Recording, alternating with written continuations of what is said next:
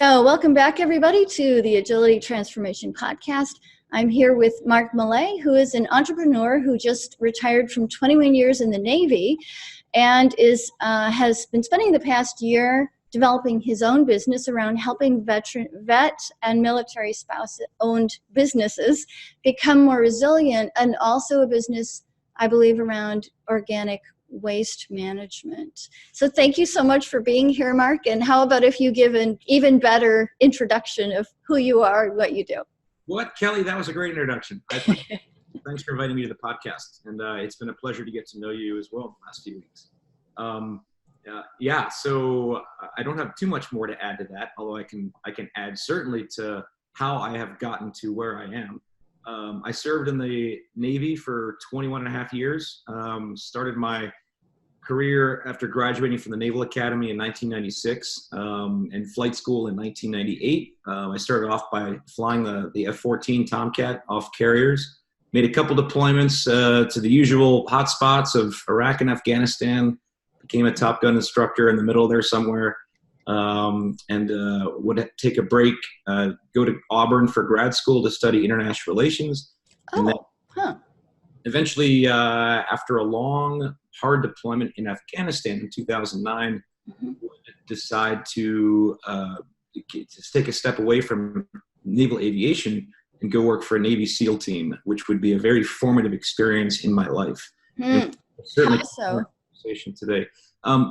Just to summarize, because I hope we can get more into it, I felt like what naval aviation was providing in Afghanistan and really in Iraq was what we thought was very precise capabilities in terms of supporting the mission on the ground. But what I found was still, as precise as we could make it, was still not precise enough to truly make a lasting impact from 10,000 feet. And I know we'll get more into it, but what I wanted to do was work for a team that was more precisely focused on the threat our nation was, the threat to our nation and the American people, which at the time, I think 2010, was Al-Qaeda and its other franchises around the world, like Al-Qaeda, the Arabian Peninsula, in Yemen, and Boko Haram in North Africa, and et cetera, et cetera. So I went to go work I got picked up to work for the SEAL team and became an operational planner and executor and liaison for them.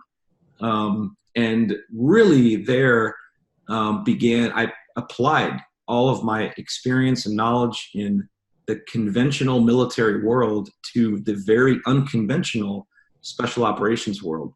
And fast forward to, the concept of Scrum and Agile. Yeah. At that I learned all of the concepts that we are now throwing around in the agility world and the Scrum world. I learned in 2010, 11, 12, and 13 when I was working for Joint Special Operations Command, because we would do all of these things. And we can get into it. But that made that experience so rich for me. And it was an honor and a privilege to work with our nation's finest operators and intelligence professionals and truly leadership who work together as General McChrystal says, truly as a team of teams. And, so I lived through that period that he has captured so well in his book. After that, it was an exhausting 3-4 years. Needed a break. The Navy said, "What do you want to do?" That's all you done. I said, "Hey, can I be the French naval attaché?" And they're like, "What else do you want to do?" I was from Maryland. My parents were retiring to the Eastern Shore, and I love teaching. So the Naval Academy was a really good fit for me. So I took to Annapolis, which is where I'm talking to you from today, and I taught in political science. For 4 years, and also ran the naval aviation training, recruiting, education processes for the 4,500 midshipmen students that the Naval Academy has, of which every year about 330 of a class of 1,100 go to fly for the Marine Corps and the Navy. So the Naval Academy really is the Naval Aviation Academy by just percentage of job field. So it was really an honor to focus all of my background experience to to choosing and selecting and preparing the best midshipmen that we could get to follow in my footsteps and the other naval aviators who were there. So I had some leadership opportunities there, ran the Division of Humanities because I taught in political science. So I got a chance to see how academia works or does not work sometimes. Yeah.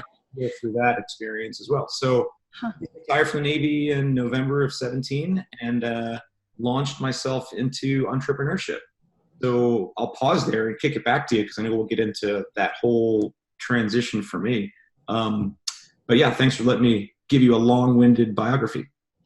Thank you for giving it. There's such a depth and breadth of experience there that I'm looking forward to diving into.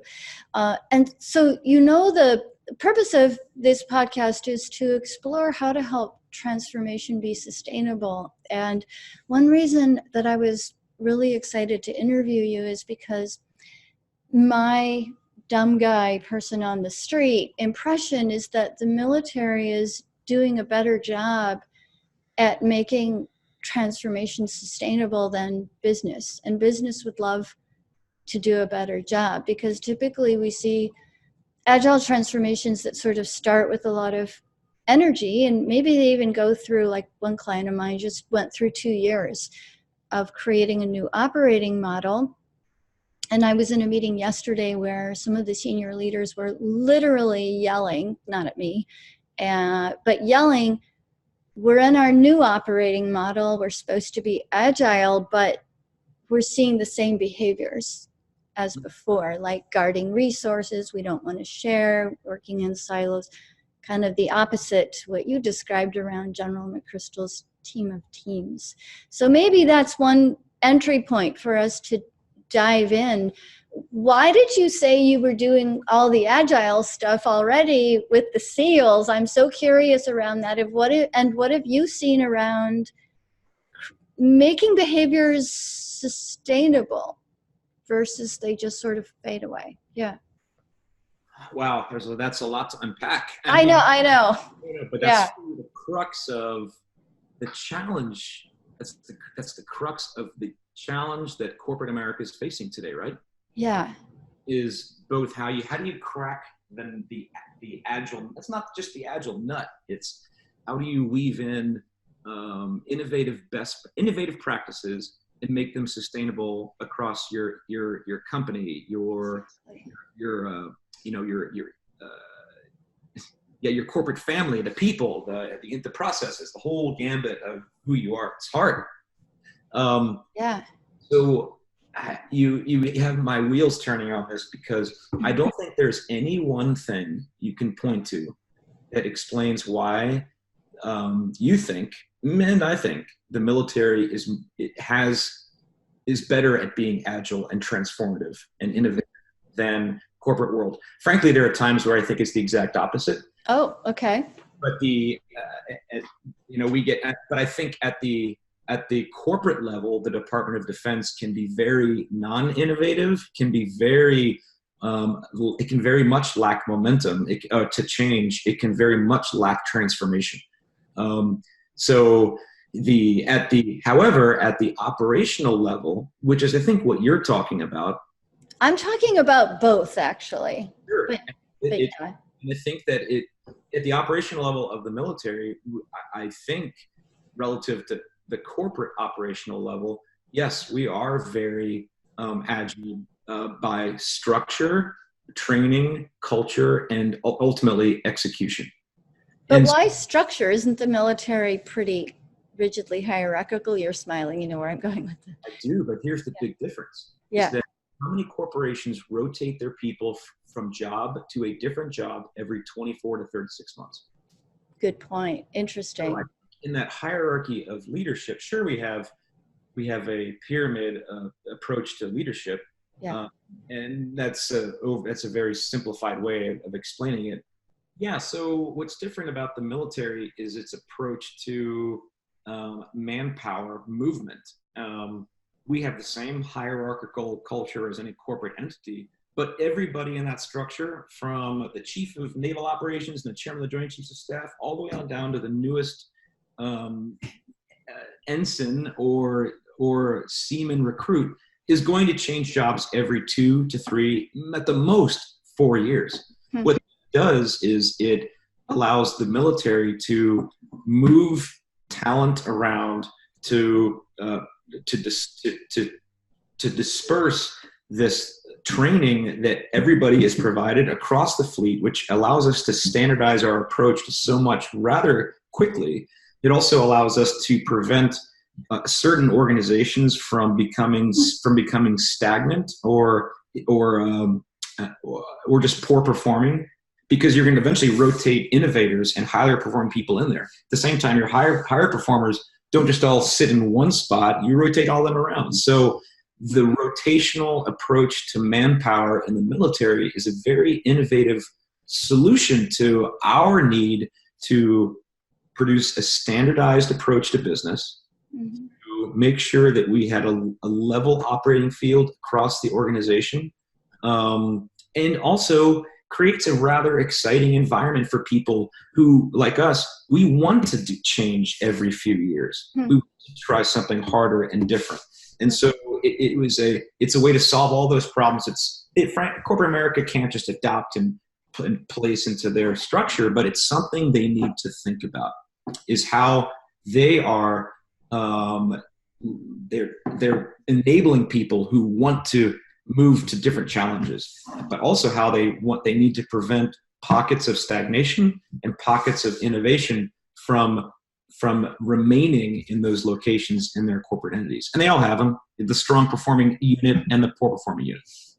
Yeah, everyone knows who they are. And so I'm really intrigued by your comment that in 2010, working with the Navy SEALs, you were already doing Agile.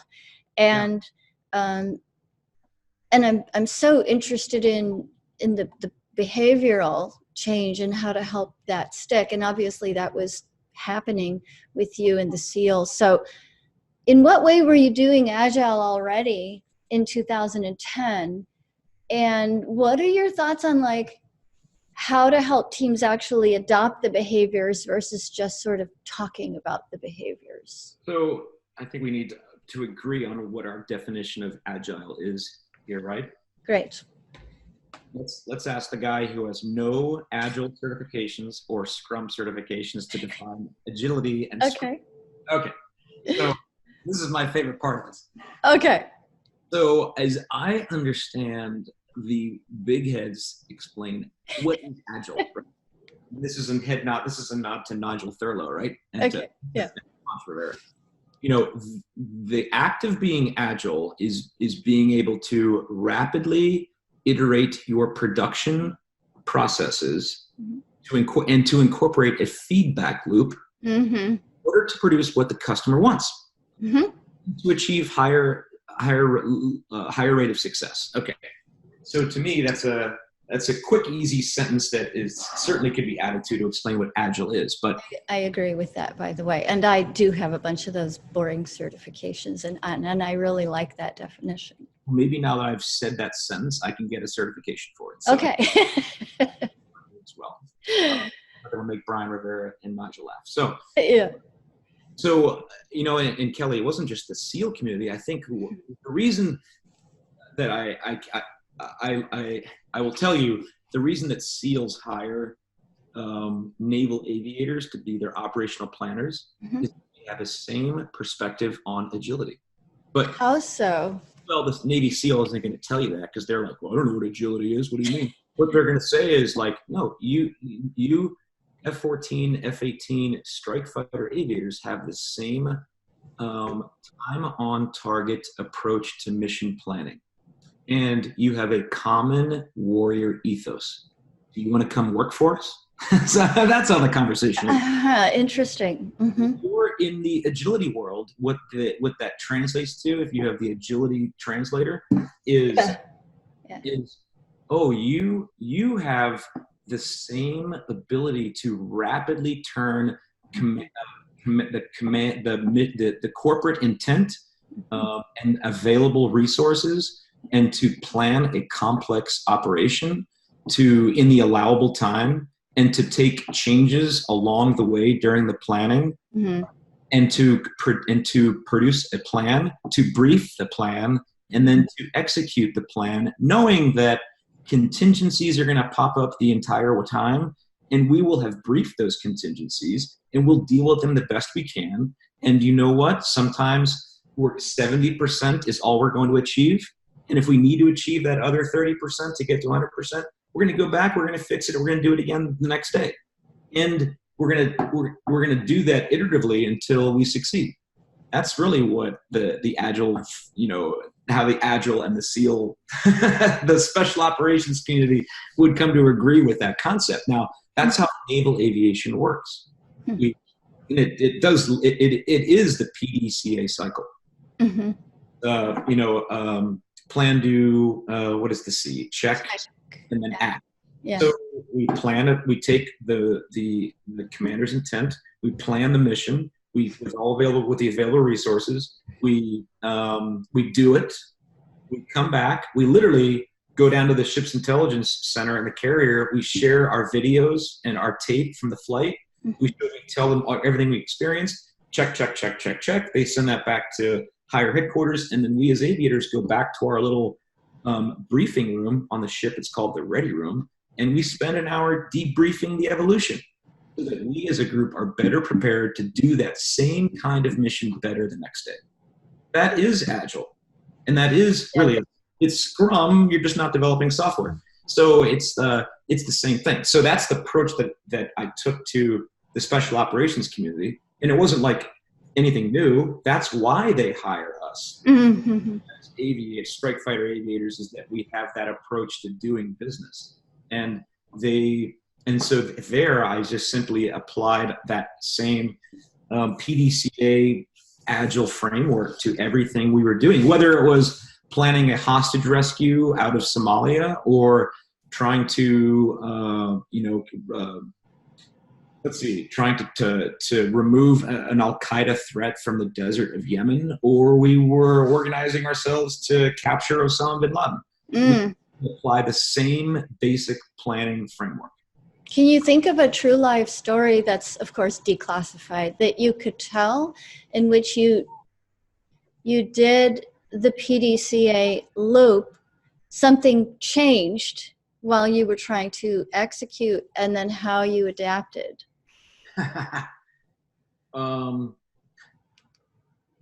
Yeah, and I think the story you'll remember this one. Okay. And I'll be as brief as I can, and you can ask follow-on questions. Mm-hmm. It is early May of 2011, and if you recall, the United States was able to, U.S. Navy SEALs were able to kill Osama bin Laden on the evening of May 1st, 2011.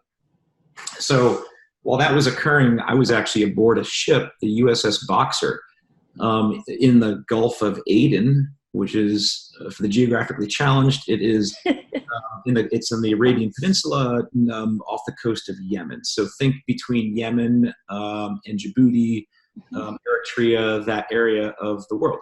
Mm-hmm. So we're on a ship with 2,500 Marines and an air wing of aircraft, including a couple AV-8 Harriers that we were able to use to attack targets in Yemen or other areas where there were Al-Qaeda strongholds. Mm-hmm. So I was actually aboard the ship because we had just captured an Al-Qaeda operative that was moving between Yemen and Somalia to share weapons technology between Al-Qaeda and the Arabian Peninsula and East Africa Al-Qaeda, which is located in Somalia.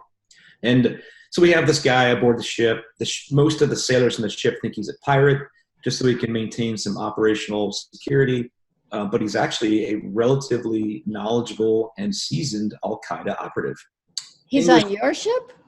Well, it was a Navy ship. And if you want to, this story is actually was actually very well told by the New York Times a couple of years ago. So there's nothing classified about this anymore. But it was the first time we held an Al-Qaeda operative and interrogated them aboard a Navy ship.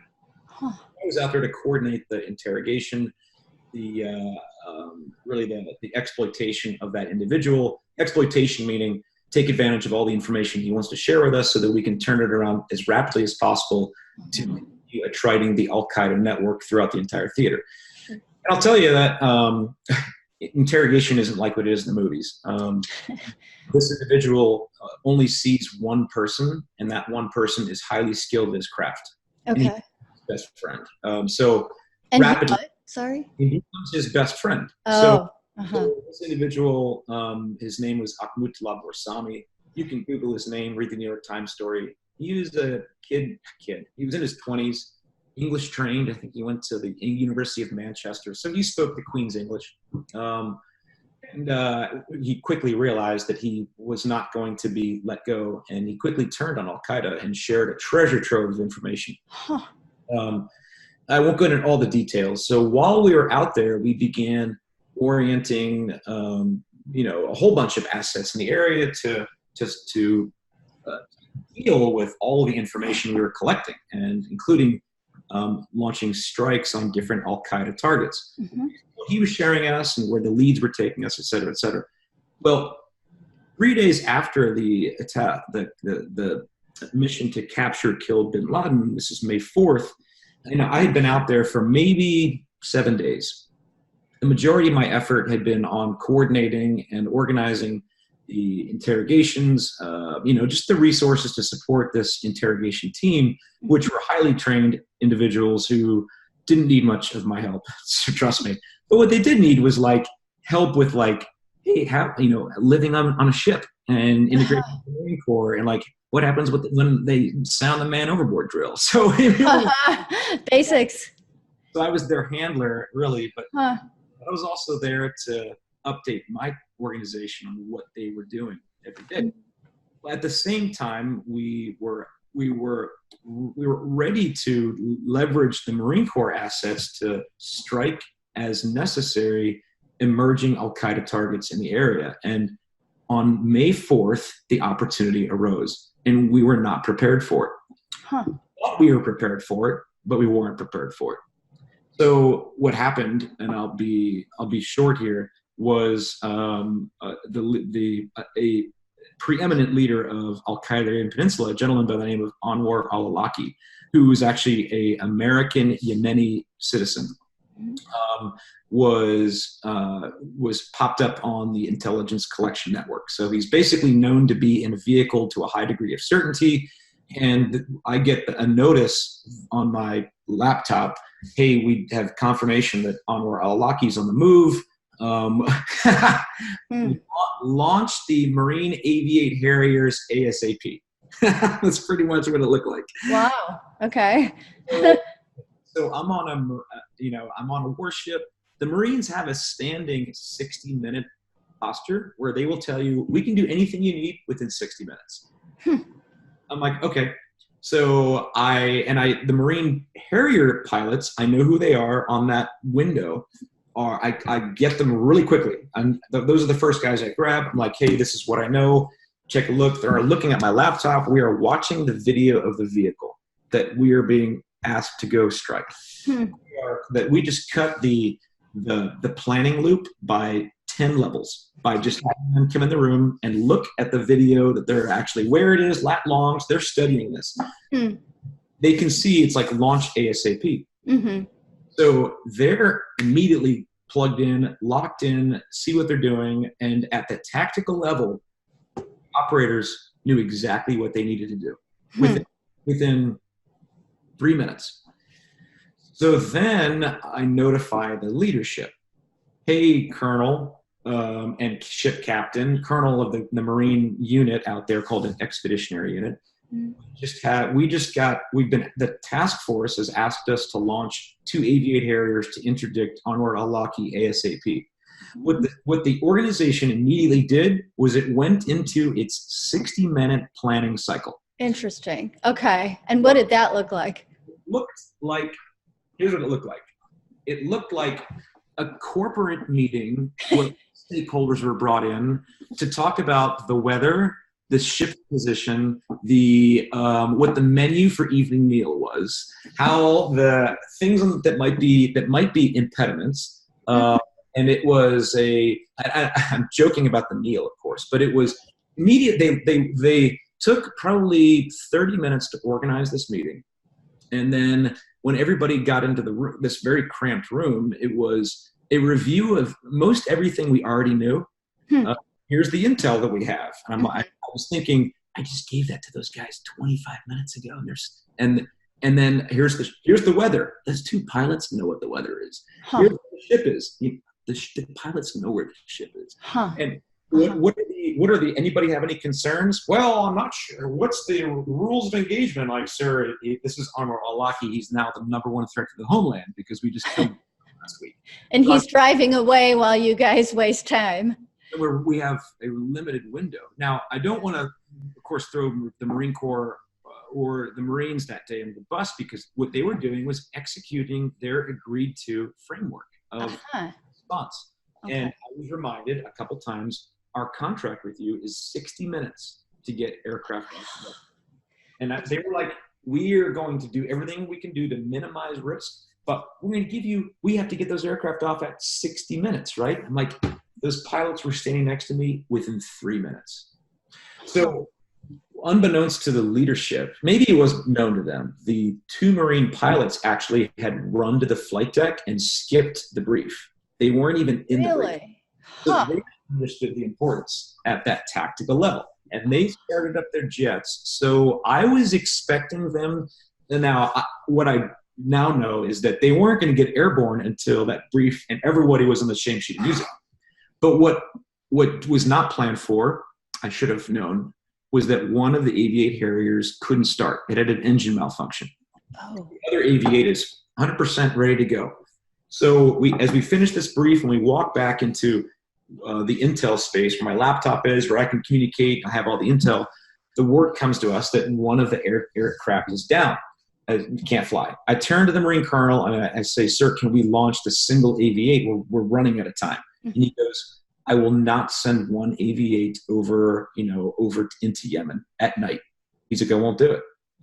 So I'm like, Colonel, I think I said something to the effect of, Colonel, this is the #1 threat to the American people. Isn't this where we accept a bit more risk? I may not have been that diplomatic, but he processed that and he's like, I will not accept that risk. So we immediately had an organizational disagreement on how to handle, not the priority. Nobody was arguing that this was a priority. It was, we're arguing acceptable risk. So our organizations had never encountered this kind of challenge together. So I did what I felt was appropriate. I picked up the phone. It's like the red line to my command, which is in Virginia Beach. And I said, Colonel, would you talk to my boss, the Navy captain? And they talked on the phone. I can't hear anything they're talking about. And I'm hoping that my boss kind of encourages the Colonel to take this risk. And because I was being yelled at on the chat, like, Mhley, why are the aircraft not launching? What the hell is by your boss? What the hell? Yeah. A lot of curse words. So, I feel the pressure and I'm watching the video. I know this vehicle is getting into a higher collateral damage zone. The vehicle's driving from a town to a town, and between towns, there's nothing. And if you strike a vehicle, there's low risk of hurting anybody else. But if you get into a town, we're not going to do that because you don't want to injure civilians. So that they have a conversation. I hear the Colonel go, yep, yeah, I agree. Okay, yep, but yeah, okay, got it. Hangs up the phone, walks out. Doesn't even turn to talk to me. So what did you do? I have no idea I just think maybe they talked about baseball for all. So the Colonel walks out, and I have no idea what they just talked about. So I have to call back to my command and figure out what the phone call was all about. And I don't really get a straight answer because things are busy and hectic again. But the Colonel basically is going to check on the aircraft. Ultimately, the other Marine aircraft gets fixed. They launch the 2 aircraft out. The Marines get up to the area where the vehicle is. The Marines have never operated with the assets up there that are tracking the vehicle. So we have other assets that are helping to track this vehicle. They're being talked to by a number of people. The Marines have never talked to these people. And we are almost, while we have a common language, we had never tried using the common language with these different organizations. And so interesting. My organization thought that the Marines were going to be too loud, and they didn't want to let them closer to the vehicle. The Marines couldn't actually see a laser spot on the vehicle that was being put onto it for them because they were too far away, and they didn't ask to get closer and lower. So we were talking around each other. Wow. Marines weren't asking for what they needed, and our organization wasn't telling them what we needed.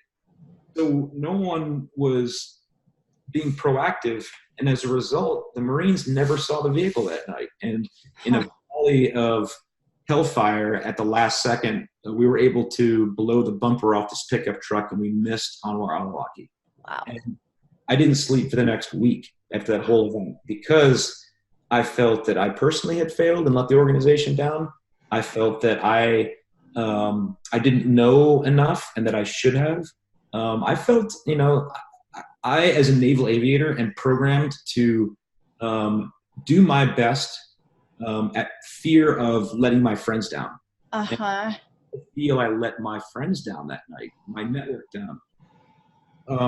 And it was all of us that felt that way at the conclusion of that mission, particularly the Marine Corps pilots who came back, and they felt the same way.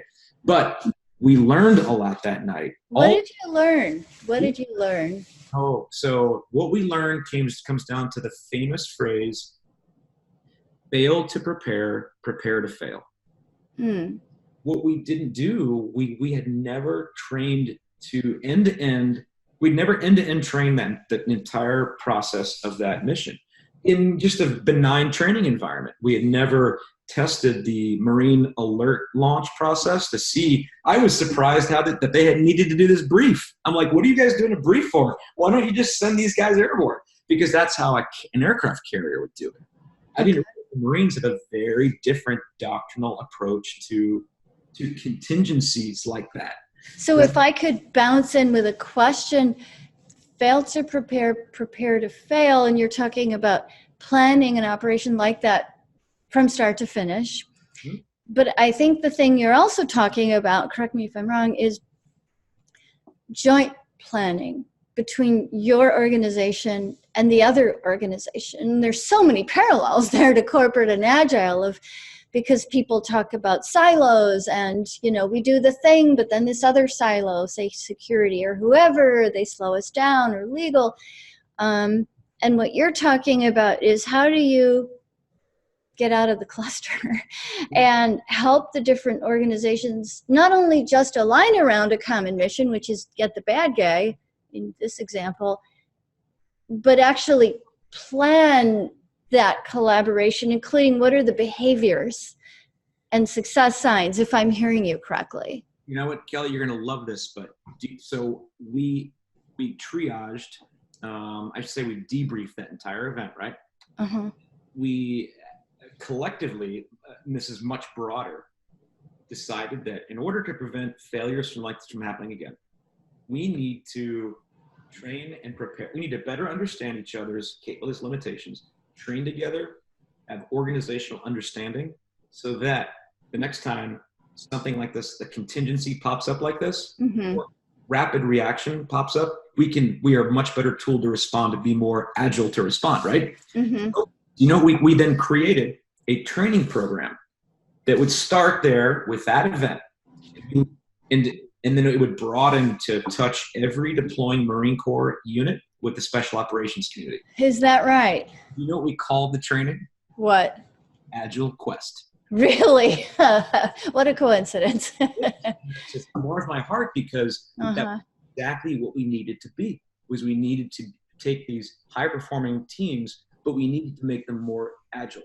And it wasn't just a matter of you go be more agile. Yeah. We need to sit down, understand each other's, capabilities, limitations, and then we needed to go train in an environment into which we knew we were having problems with, which was this very rapid, iterative strike sequence against Al-Qaeda targets, right?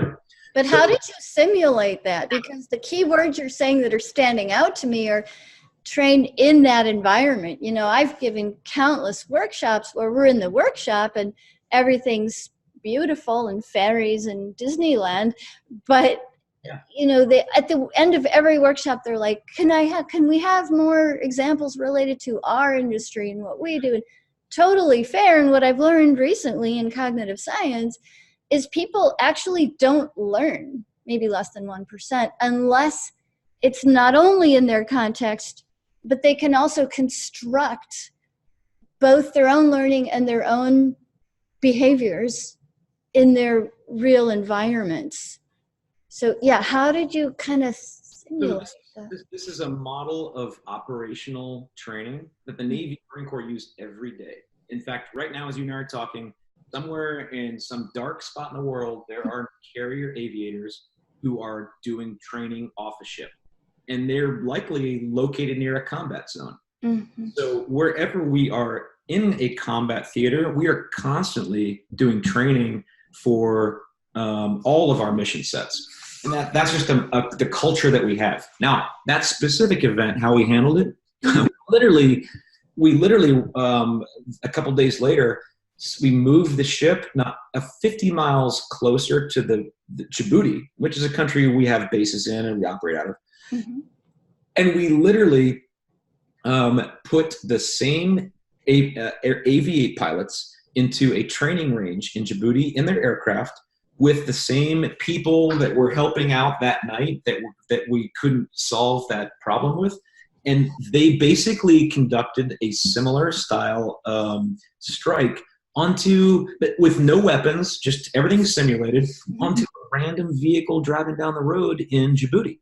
And so we did the same exact thing with the same exact people. And we did that with all of the air crew on that ship so that they all could see how this really should work, so that the next time they did it, there were far fewer questions. And we call that Agile Quest. And then you gave them the experience, right? That seems like what was different, not just the concept, now go apply it, but you gave them the experience of it. And they also had a chance to sit down and talk to all these other people involved, so everybody knew what everybody else was doing.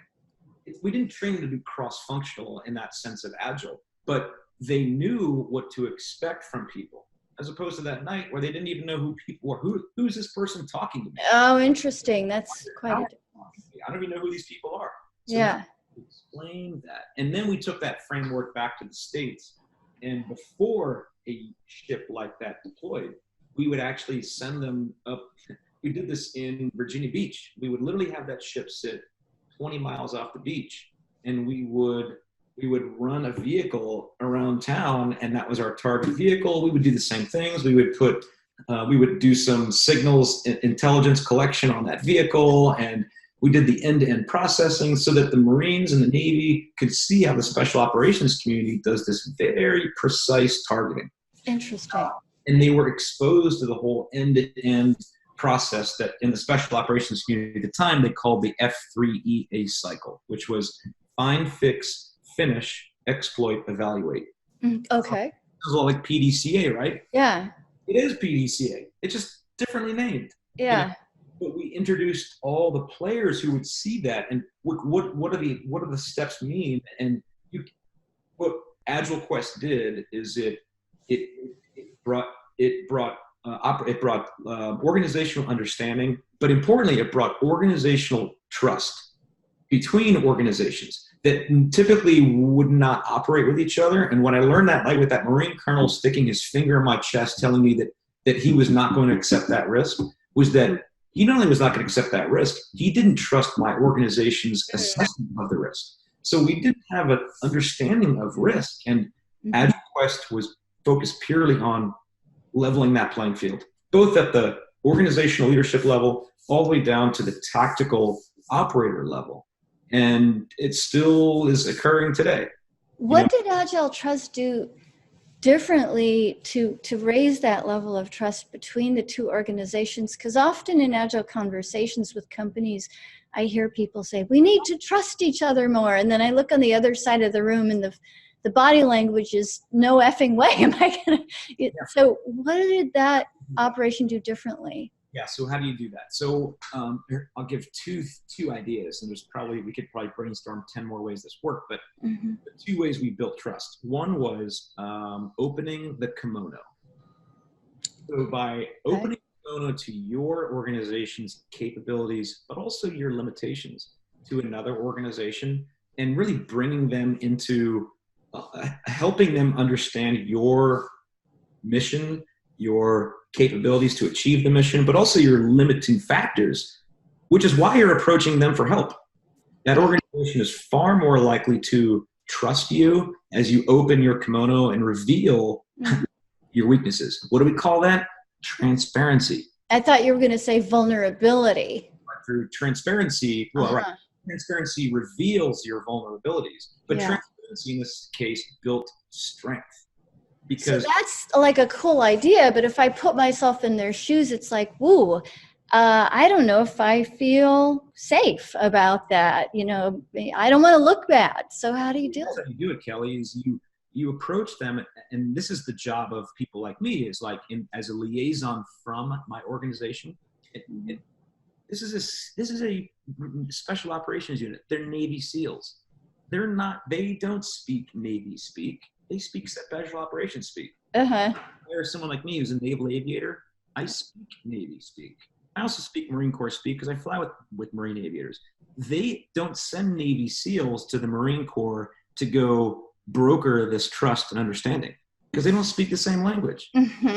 Instead, I'm exaggerating, they could do just as good a job. But instead, they hired someone like me who can speak their language and say, hey, this is what the SEALs mean. This is what the SEAL community is looking for. And this is what they need help with.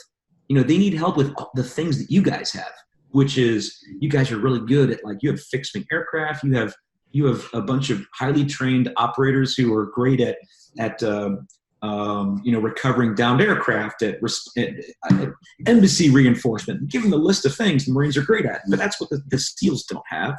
So I could speak to both ends, and I could, as a liaison who could get in the middle of them, I could broker the trust. And then I'll share one other thing that we did that was very effective at building organizational trust is go out of your way to help them.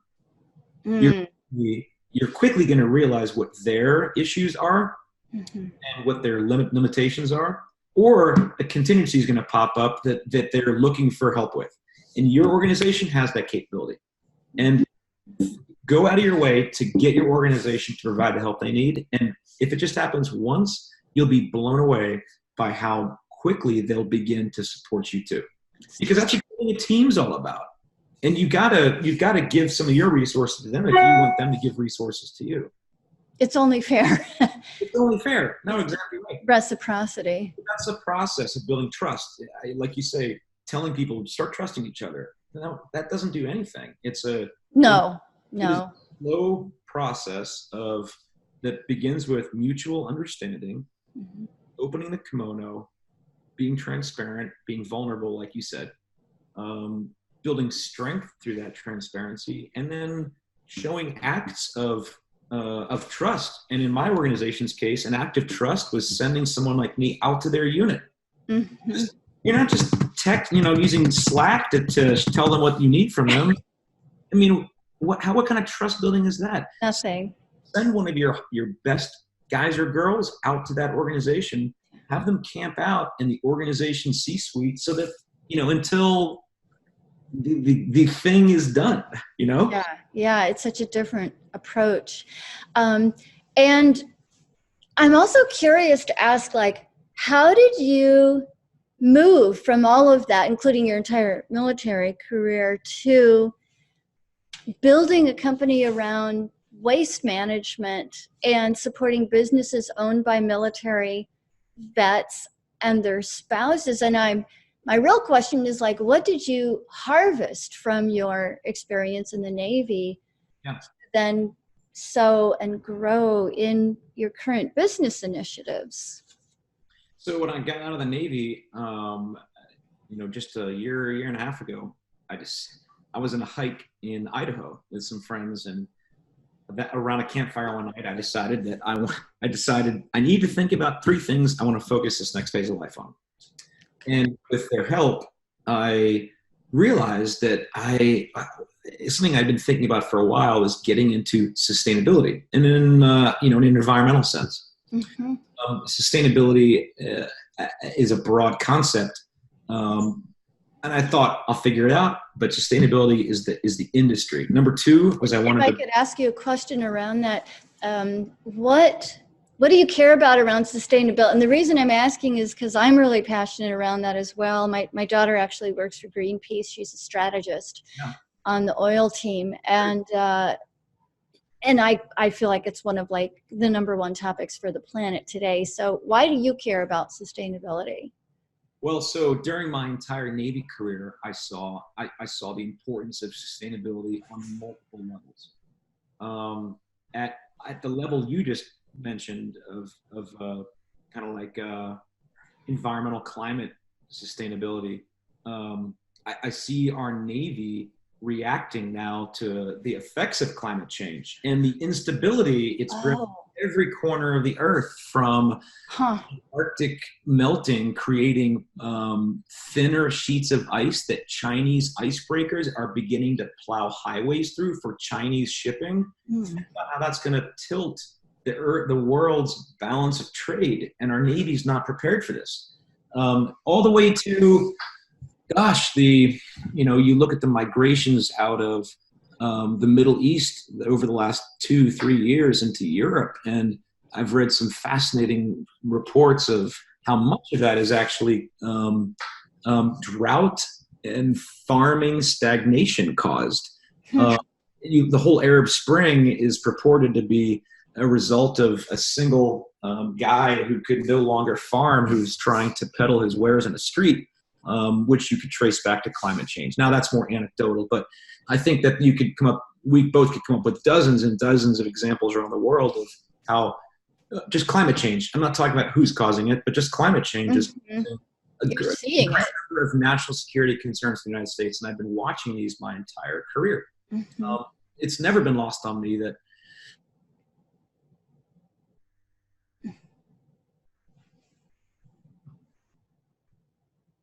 secure the safe flow of oil, crude oil. Oh, wait, can you hear me? Yeah, I can hear you loud and clear. Okay, I heard it's never been lost on me. Never been lost on me. But wait, can you just, I'm going to go like this. 1, 2, and start with it's never been lost on me. So 1, 2, 3. So it's never been lost on me. In fact, it's been taught to us as young naval aviators.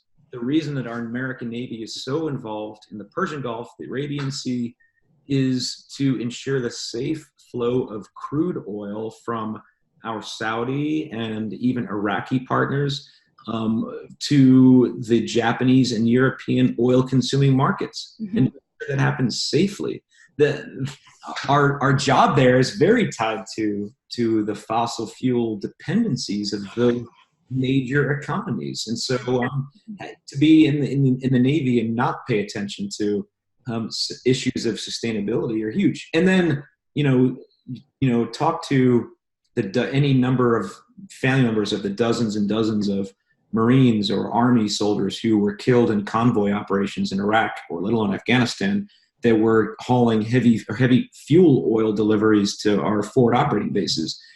So many of the Department of Defense's energy initiatives are to do anything we can to remove oil and gas and diesel from trucks moving across dangerous areas of the world. And that's what drove so many renewable energy projects at the Department of Defense. The one that I found fascinating under my very nose at the Naval Academy was a food waste to electricity project called Waste to Watts. Called what? Waste to Watts. Okay. It was just a rapid innovation program funded by the Navy to the Naval Academy's Mechanical Engineering Department. And I found these guys who were working on it, had breakfast with them, offered to learn with them and turn some wrenches. Before I knew it, we were in the final stages of the project. I was applying to win a state grant from Maryland's Energy Administration to commercialize the technology to a beef cattle feedlot. And then we're off to the races. So what I was working on was a food waste biodigester that was answering the Marine Corps' need for more renewable energy sources at their forward operating bases. Interesting. Were remotely operated, so that Marines weren't becoming digester operators. Was air and ship deployable, so think shipping containers, and was low cost and could produce electricity. And we found the Naval Academy. Well, my then partners found the Naval Academy a perfect location for it because of the consistent supply of food waste from the dining facility from 4,500 midshipmen. So that's how I got involved with that innovative project. That's fascinating. And what about the military vets and spouse-owned businesses? Yeah, so as I got into, guess what? I'm building a business, and I have no idea what I'm doing. So plugging Join in, the club. right? And here's where I am just humbled by all of the programs around the country that are offered for free to veterans and military spouses who are interested in becoming entrepreneurs, who are entrepreneurs, who are already small business owners, and all of the issues and things that you encounter along the way. So I plugged into a couple of these programs. One of the best I'll plug is Patriot Boot Camp, which is a 2-3 day kind of like an entrepreneurship laboratory incubator that teaches you. It taught me there are big problems in this world. Many of you who are veterans and military spouses have some amazing ideas from your experiences. There is big money to back those ideas. Let's talk about how to make that happen. Mm-hmm. I walked out of that program confident that even in the world of organic waste digestion, something I have no experience in at all, I could do this. I could do something that complicated. And it gave me the confidence I needed to get into entrepreneurship. So to answer your question, though, over the next 9 months, I became very deeply penetrated into the veteran and military spouse entrepreneur and small business world and their allies, all these different organizations that want to provide support. And I will even include, our friends at Toyota and Toyota Connect, who are eager to help veteran and military spouse business people leverage the Toyota flow system and scrum the Toyota way. So people like that who are like, hey, bring these people in. We'll give them scholarship money. We just want them to benefit from our programs. There's dozens and dozens of these amazing organizations out there. I've now plugged into all of them, and I realized, the organic waste business itself, while making an impact, it was not becoming a sustainable business fast enough for me. Okay. I was not able to pay the bills. Okay. So I needed to find other ways to do this. And I just began leveraging my network. And what I was encouraged to do and inspired to do was to begin partnering with entities that want to provide tools to help military spouse and veteran businesses be more resilient, lean, agile, and environmentally sustainable. What a great combination. And if I put myself in the shoes of the Toyotas of the world, I'm guessing I would be thinking, okay, so these veterans and their spouses have such a breadth and depth of experience in areas where typically our other employees don't, and they could bring something incredibly valuable to the organization. So it seems like a scenario to me where everybody wins. Everybody could win of creating this partnership. Oh, absolutely. Absolutely. And, what you made me think about is when you and I were working with Toyota 2 weeks ago, your level of expertise in agility and in Scrum is hundreds and hundreds of times more than mine. And yet as we talk, we understand each other. Oh, yeah. I think that is true about, so many of my colleagues in this tribe of veteran entrepreneurs, spouse entrepreneurs. We all speak that language. And so that's something that the corporate America, and I hope, can leverage. And perhaps, I don't have a lot of experience in company X's product or development, but what I do have is an agility based approach to to operations and Yes. planning and management and leadership. And that's gold right there. And how exactly? So I think that making those connections is something that I want to get more involved in. I just don't know how to sometimes, because of the different languages that we're speaking. And so that's why getting involved in Scrum a Toyota Way, fascinating to me, because for the first time in my retirement, I see like, holy cow, it's easy for people like me to be intimidated away from that end of business because of all your fancy words you use. Oh. And certification programs, and I'm Lean 6 Delta. Whatever, that sounds really hard, but then you peel away and you learn what it actually is, and you're like, no, I get that. Totally. I mean, those fancy words are noise, really. And if I stand in the shoes of the corporate world, I feel greedy for not only your knowledge, but your experience. Because specifically, what you bring specifically is something that the corporate world is in dire need of, which is how to translate theory to action. So Kelly, you know what the challenge in that is? And I want your opinion on this. Because I think we share mutual yet different world perspectives. What the team at Toyota has very, very graciously offered to me is, how do I say this right? They have encouraged me to adjust what you call like experiences. They're like, Mark, you need to adjust your experiences to better fit our framework so that they even make more of an impact without as I heard this week, without getting involved in the murder, death, kill. I'm like, wow, that's so true. In the murder, death, kill, what do you mean? Oh, the murder, death, kill that wasn't their words, not mine. Okay.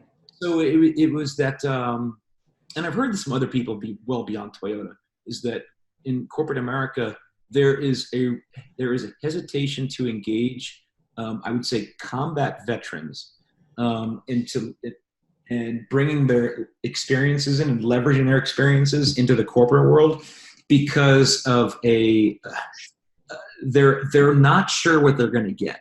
And they are not sure if by opening up that door and inviting a combat veteran to bring your experiences to our table and help us understand and operationalize these concepts. I really think there are some in corporate America who believe that when they ask for that they're going to get a PTSD afflicted combat veteran. I see. They're going to have to handle with some kind of kid gloves. I see. You know what I'm talking about? Do you see that kind of thing too? I want to talk more about this because this is really important to me.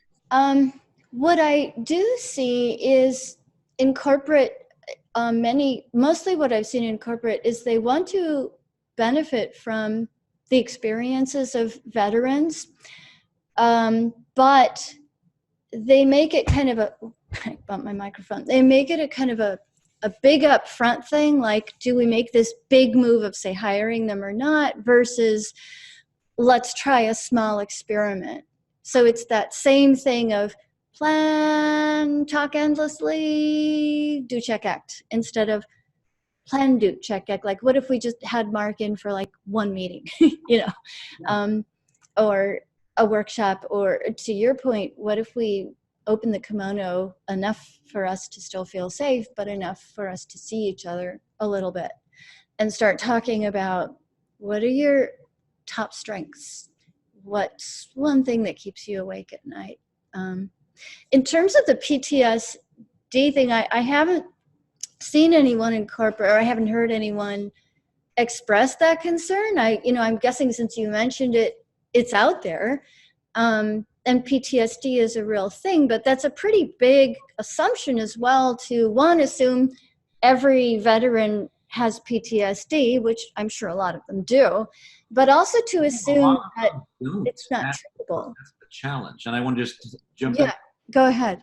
Vast majority. I mean, the PTSD is so Minimally, I shouldn't say it is a very small percentage affliction. Oh, that's encouraging to me. I didn't know that. I didn't know it either until I began to look into it too. But it is often, because of the prevalence of it in the media and in different suicides, et cetera, we have this assumption that PTSD is much more common than it actually is. Interesting. I guess my other response to that is PTSD is a real thing.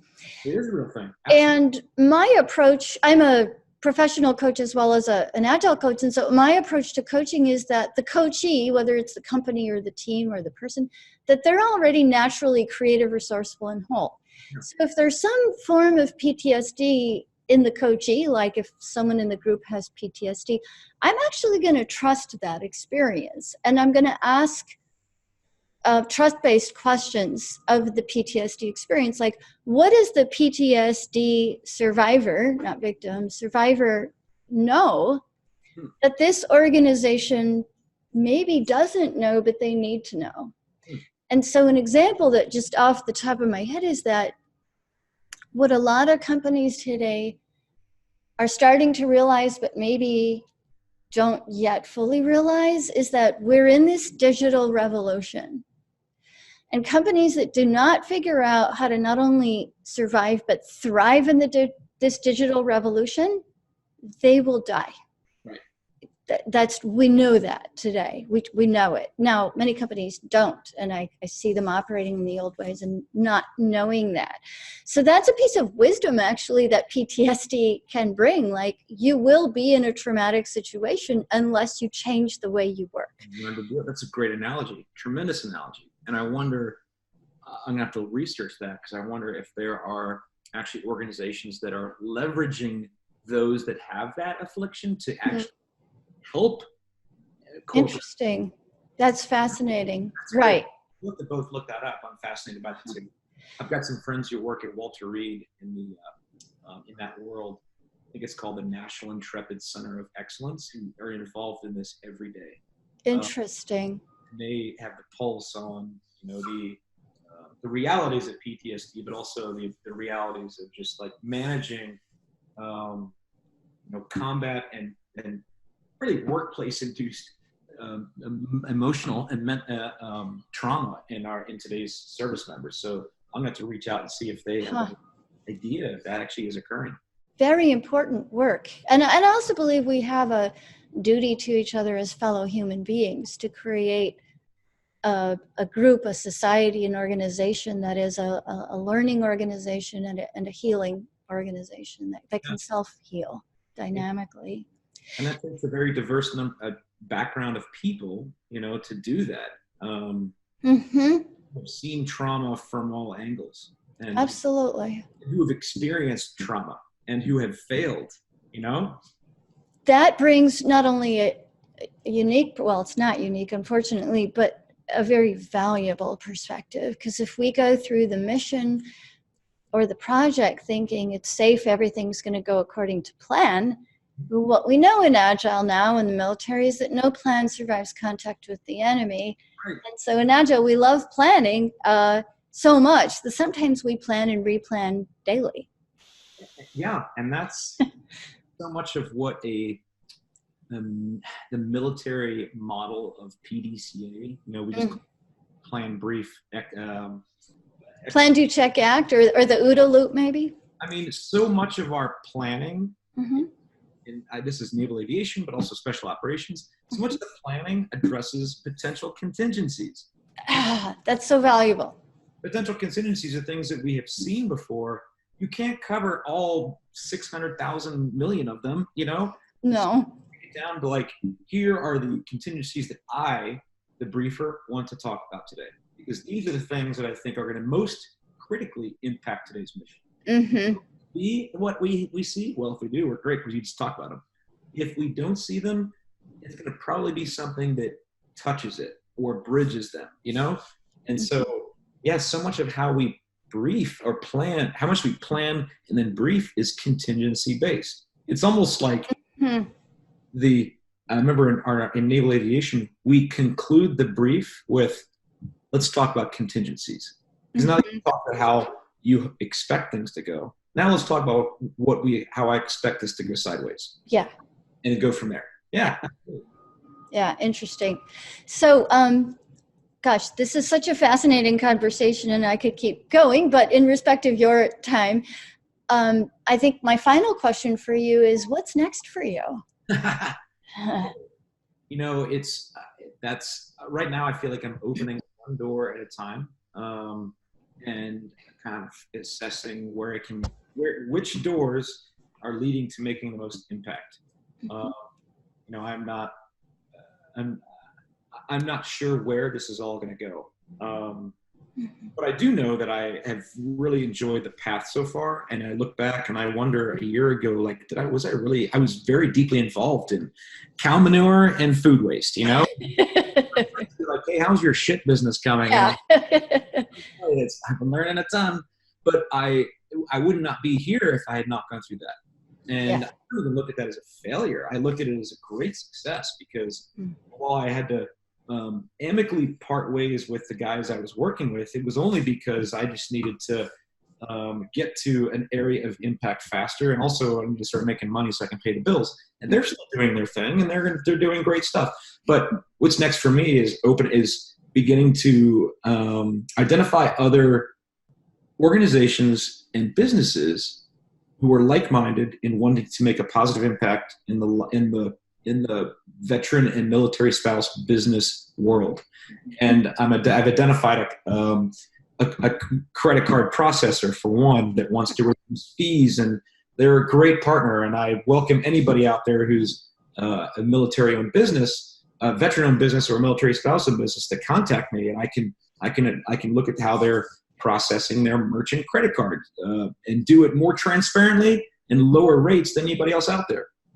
Well, I've really enjoyed this connection with Toyota and Toyota Connect through my friend Brian Rivera, whose company Agile X has been building high-performance team coaching alongside Toyota's agility and Scrum coaching, merging the two to really and produce the Toyota Flow system. I'm really enjoying working with them to bring everything that I shared with you today to what they're offering as well. So that I can and as they've mentored me, so that I can take these stories, but like you say, stories of impact and how you operationalize agility, and how you can, with those narratives, make a very pointed impact in somebody's business, so that they're living a better life, you know, and so they're more successful in what they're doing. You know, I think there's a story. This happened back in 2010. I was on this Navy SEAL team for like 1 month, and I was running my first training event. And I was on a Navy ship, and we were doing some training right off Virginia Beach, and we were actually interdicting it was like a simulated cruise liner, simulated by it was like a towed vessel, right?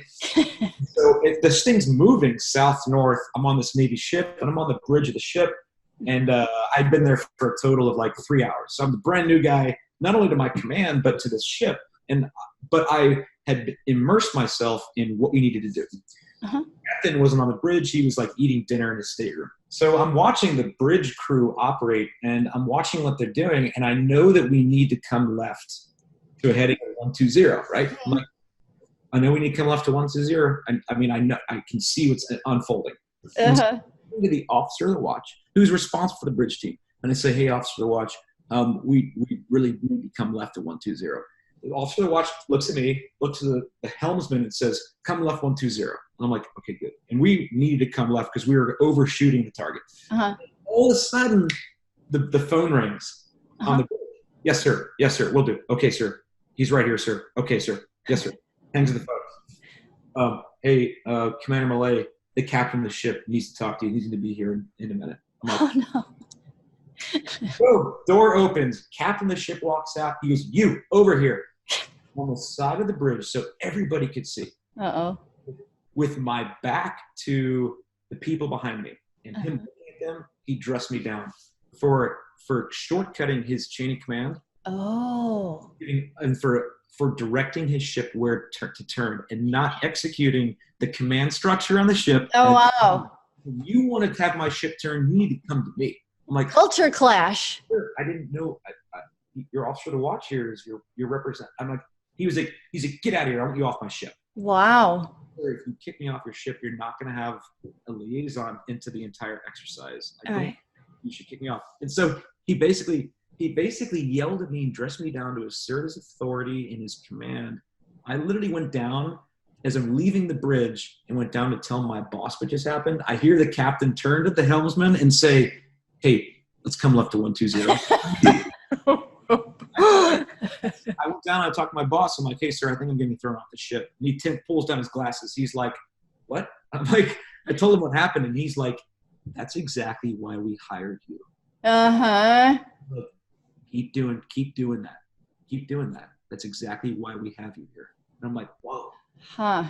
So what I tell that story to kind of conclude with you is that kind of anecdote is what we need to impart in so many businesses. Mm-hmm. Mm-hmm.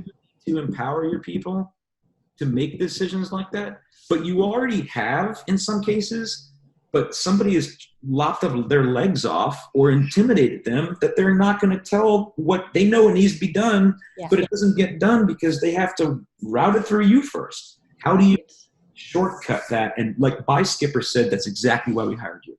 We want an innovative organization like that, not the hierarchical, slow to react organization that takes 10 layers of a chain of command just to turn the ship. That's exactly the problem that so many corporations are trying to solve as they move in the direction of Agile. Doing what you did, but also helping that old culture, like a rigid structure of command, shift in ways where they can see what's in it for me, what's the new way even, what is it, what's in it for me, and then what's my new role. And for Agile leaders to understand, it's not that they're irrelevant, they actually have a really important job. And it seems like people like you with your experience can help them understand what their new job is and why it's so important. Right. That's exactly where I think I want to go with my own business, but also with the impact that I'm able to make. And join a great number of other amazing veterans who have those experiences to share, who equally can make a much greater impact than I. Or together, I'm sure. I think you're not giving yourself enough credit. Well, that's why it's great to partner with Brian Rivera, someone who I flew with in my first squadron 20 years ago. Mm-hmm. You know? And we are the same people today that we were back then. I'm so proud of what he has done and how far he has come. But that's why, today I'm so proud to align myself with him, because we together see things just as you just said. And we want to be able to make that impact. I love it. Well, thank you so much for this interview. There's just such a wealth of experiences and knowledge that you bring. And I'm honestly so looking forward to staying in touch and finding out what you do with that and how you plan to expand that. So thank you. Thanks, Kelly. I appreciate all the time today. It's always great just to talk these concepts through. You help me bring more richness to these stories, but also more impact from them too.